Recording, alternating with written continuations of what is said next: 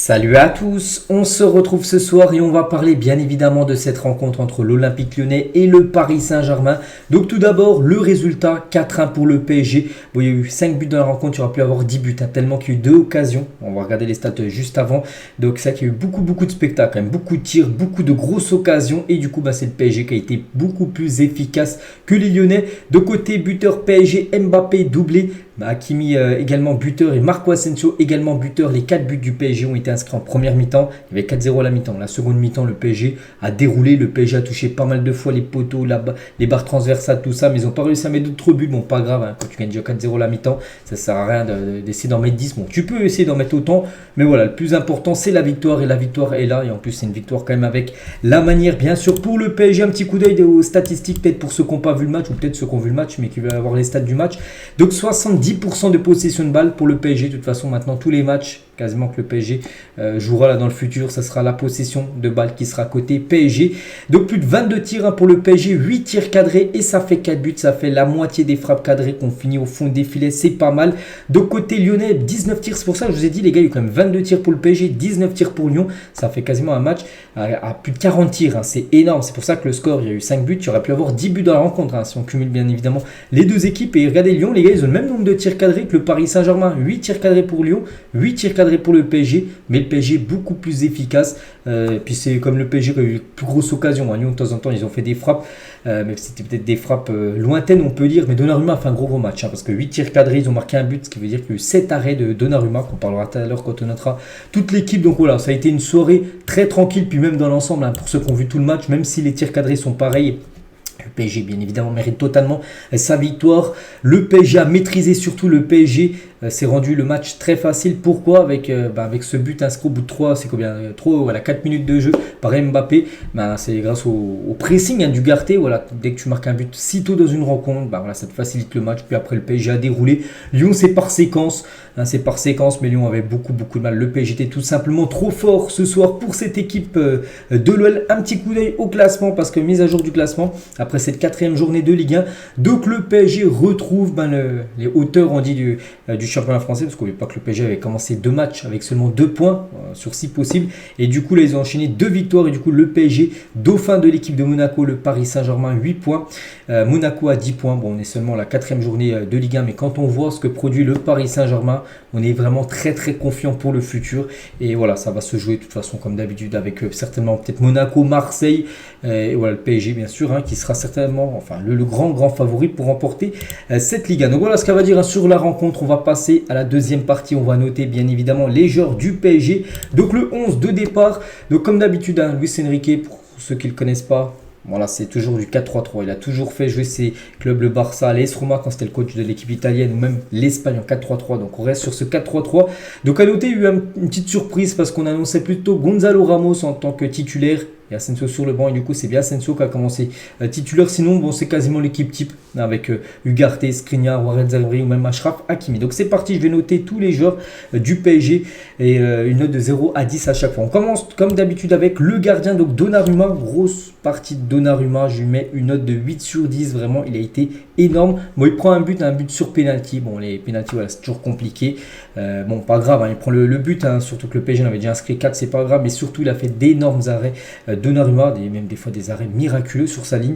Donc voilà, je pars sur une note de 8. Vraiment, il a fait un énorme match, je trouve, le gardien italien. On passe à Lucas Hernandez. Donc Lucas Hernandez, une note de 6 sur 10. Un match satisfaisant de sa part. Pas plus, bon on l'a pas vu non plus, il a fait quelques percées mais pas tant que ça après, voilà, tellement que le PSG avait le contrôle du match, donc c'était plutôt tranquille on va dire, donc c'est pour ça que ça n'a pas été un grand Lucas Hernandez, donc voilà, 6 pour lui, la même chose pour Skriniar, Marquinhos, voilà les 3, j'aurais mis tous 6, n'oubliez pas que le PSG, ils ont gagné le match, c'est bien 4-1, mais n'oubliez pas qu'il le Paris Saint-Germain a concédé quand même pas mal de tirs, 19 tirs comme de l'équipe de Lyon, 8 tirs cadrés, c'est-à-dire que la défense, bon il y a eu seulement un but pris, mais la défense, de temps en temps, heureusement qu'il y avait Donnarumma, sinon peut-être le score aurait pu être... le PSG aurait pu peut-être prendre un ou deux buts de plus. Bon, ils ont pu en marquer aussi un ou deux de plus. Mais voilà, la défense, je vais juste mettre 6. Voilà, parce que voilà, des fois, les attaquants lyonnais leur ont mis un petit peu la pagaille, c'est trop là. Donc c'est pour ça je pars sur 6 sur Marquinhos, Skriniar. Et Hernandez, je remets quand même la moyenne, bien évidemment, parce que tout le monde a réussi sa rencontre. Achraf Hakimi, donc lui, je lui mets un point de plus, une note de 7. c'est à peu près comme tous les autres, mais il a été un peu plus offensif et surtout il a été buteur. Comment dire, Achraf Hakimi, le deuxième but du PSG, c'est lui qui l'a inscrit ce soir. Donc voilà, 7 Hakimi, 6 les autres et 8 bien sûr Donnarumma. On passe au milieu de terrain, on commence avec ce joueur Ugarte, donc lui aussi une grosse note. Passeur D, Ugarte pour, je ne sais plus c'était quel but, mais voilà, j'ai noté tous les buteurs et passeur D, donc il est passeur D ce soir, et je crois que c'est but pour, bon je sais plus, peut-être Asensio, donc une note de 8, Ugarte, donc déjà, il obtient ce penalty, parce qu'il va presser, on sait que il a la rage quand il joue, et voilà, tu le sens, c'est que c'est pour l'instant l'une des plus belles recrues du PSG sur ce mercato, celui qui répond présent, celui qui est régulier, match après match en ce début de saison, pour l'instant, rien à dire, vraiment, il fait ses matchs, et une note de 8, bien sûr. Pour Manuel Ugarte, c'est un joueur comme ça qu'il fallait du côté du PSG depuis longtemps. Maintenant, le PSG là. Et voilà, il est très bon actuellement. Donc, 8 Ugarte. Vitinha, les gars, une note de 7. Il a fait son match. Vitinha, il a touché beaucoup de ballons. Donc, il a été influent, bien sûr, vu que ça a été le contrôle total du PSG pour cette rencontre. Donc, 7 Vitinha. Et je mets la même note voilà, pour le jeune Warren Zaïre-Emery.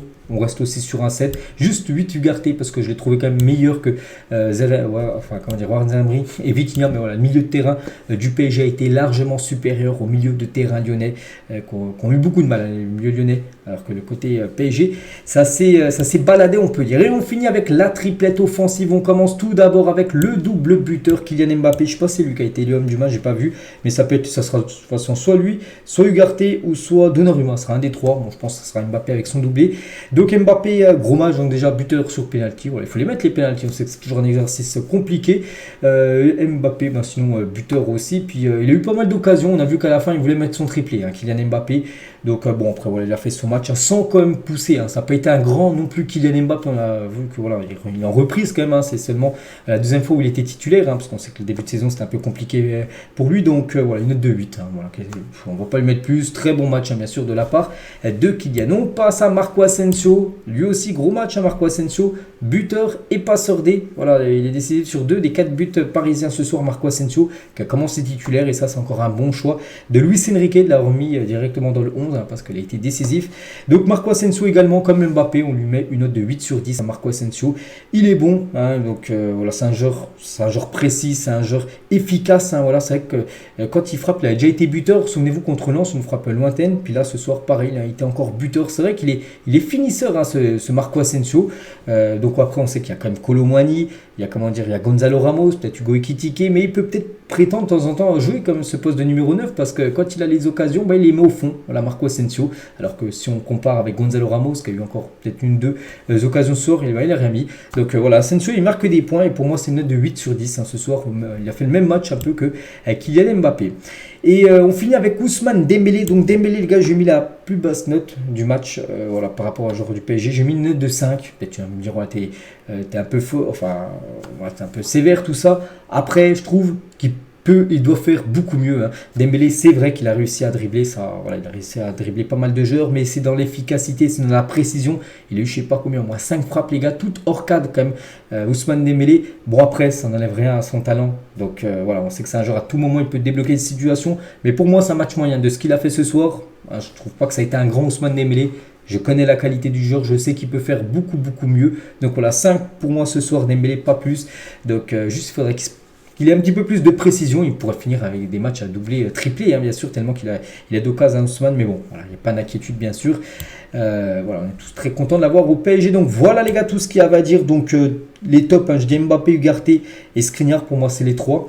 Et flop, il n'y a pas de flop, même c'est Dembélé la 5, c'est comme pour moi, enfin c'est la moyenne. Donc voilà, tout le monde a fait son match. De toute façon, une victoire 4-1, ça a été une victoire réussie, efficace du PSG. Donc parfait. Donc maintenant, trêve internationale. Le prochain match du PSG sera le 15, dans 2 jours.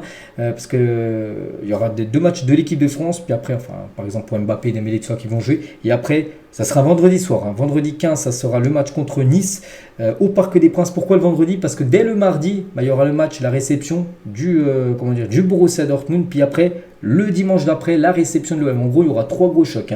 Nice au Parc, Dortmund au Parc et après Marseille au Parc. Voilà, 3 matchs d'affilée à domicile dès la reprise, bien sûr, du PSG. Mais pour l'instant, ce sera bien sûr la trêve internationale. Donc voilà ce qu'il y avait à dire. N'hésitez pas à mettre en commentaire ce que vous avez pensé du match. Vous êtes d'accord avec moi ou non sur les notes que j'ai mis par rapport aux joueurs. Puis voilà. Allez, moi je vous laisse. Je vous souhaite une bonne journée. On se retrouve bien évidemment demain.